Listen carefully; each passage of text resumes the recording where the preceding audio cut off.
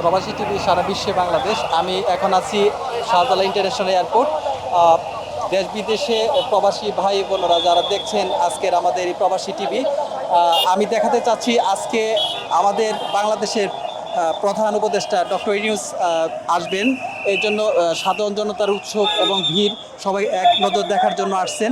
এবং আইনশৃঙ্খলা বাহিনীর মধ্যে সেনাবাহিনী এবং আনসার এবং আমাদের ছাত্র ভাইয়েরা এই এয়ারপোর্টের সামনের অংশগুলো এই যানবাহনের নিয়ন্ত্রণ নিয়েছেন, যেন কোনো যানজটের সৃষ্টি না হয়। সাধারণ জনগণ উৎফুল্ল ওনাকে এক নজর দেখার জন্য। আমরা দেখাতে, আপনারা হয়তো দেখছেন, আমরা দেখানোর চেষ্টা করতেছি।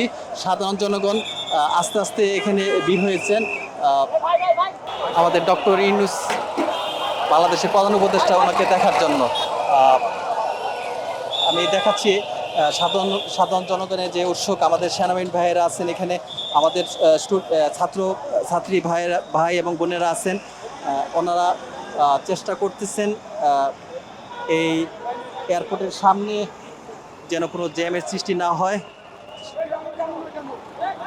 আমরা দেখাচ্ছি আপনাদেরকে।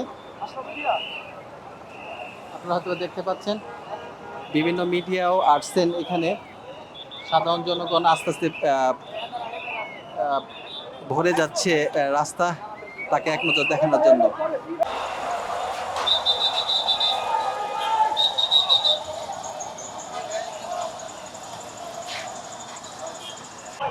যে এখানে আমরা আসছি তত্ত্বাবধায়ক সরকারের যে প্রধান উপদেষ্টা ডক্টর ইউনূস স্যারকে রিসিভ করতে, এবং তার মাধ্যমে আমরা এবং একটি সুন্দর জাতি গড়ে তুলব, এবং যে বিগত যে সমস্যাগুলো ছিল জাতির মধ্যে সেগুলো আমরা ওনার মাধ্যমে নিরসন করাতে আমরা আশাবাদ ব্যক্ত করি। এবং আমাদের যে আন্দোলন, আমাদের ভাইরা শহীদ হয়েছে তাদের সর্বোচ্চ মর্যাদা জাতীয় বীর হিসেবে ঘোষণা করতে হবে, এবং জুলাই মাসকে একটি শোকের মাস হিসেবে বিবেচিত করতে হবে। এটাই আমাদের দাবি। ঠিক আছে, ধন্যবাদ।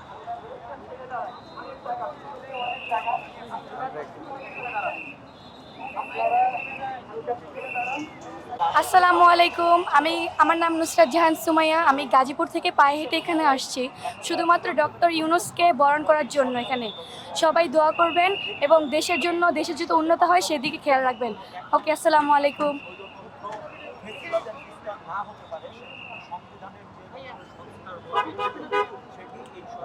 আসসালামু আলাইকুম, আমি সারাফ আহমেদ অপসরা। আমি এখানে এসেছি ডক্টর ইউনূসকে বরণ করার জন্য। জি, আমি আমার মেয়ের সাথে আসছি। আমি একজন শিক্ষিকা। আমার মেয়েকে সহ আমি আসছি ডক্টর মোহাম্মদ ইউনূস স্যারকে শুভেচ্ছা এবং স্বাগত জানার জন্য। এবং আমি চাই নতুন নেতৃত্ব আসুক, উনি সেভাবেই দেশটা গঠন করবেন ইনশাল্লাহ।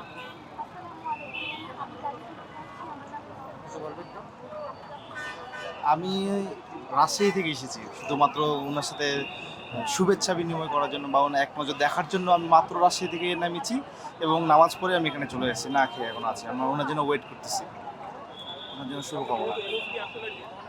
সরকার প্রধানকে অভিনন্দন জানাতে আসছি আমরা। এই তো, আপনার প্রতি এখন অনুভূতিটা কেমন লাগছে?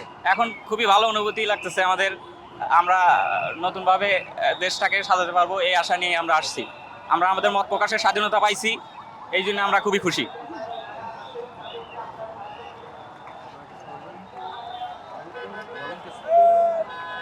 কোথা থেকে আসছেন আপনি? আমি আমার বাসা এখানে গাওলাতেই।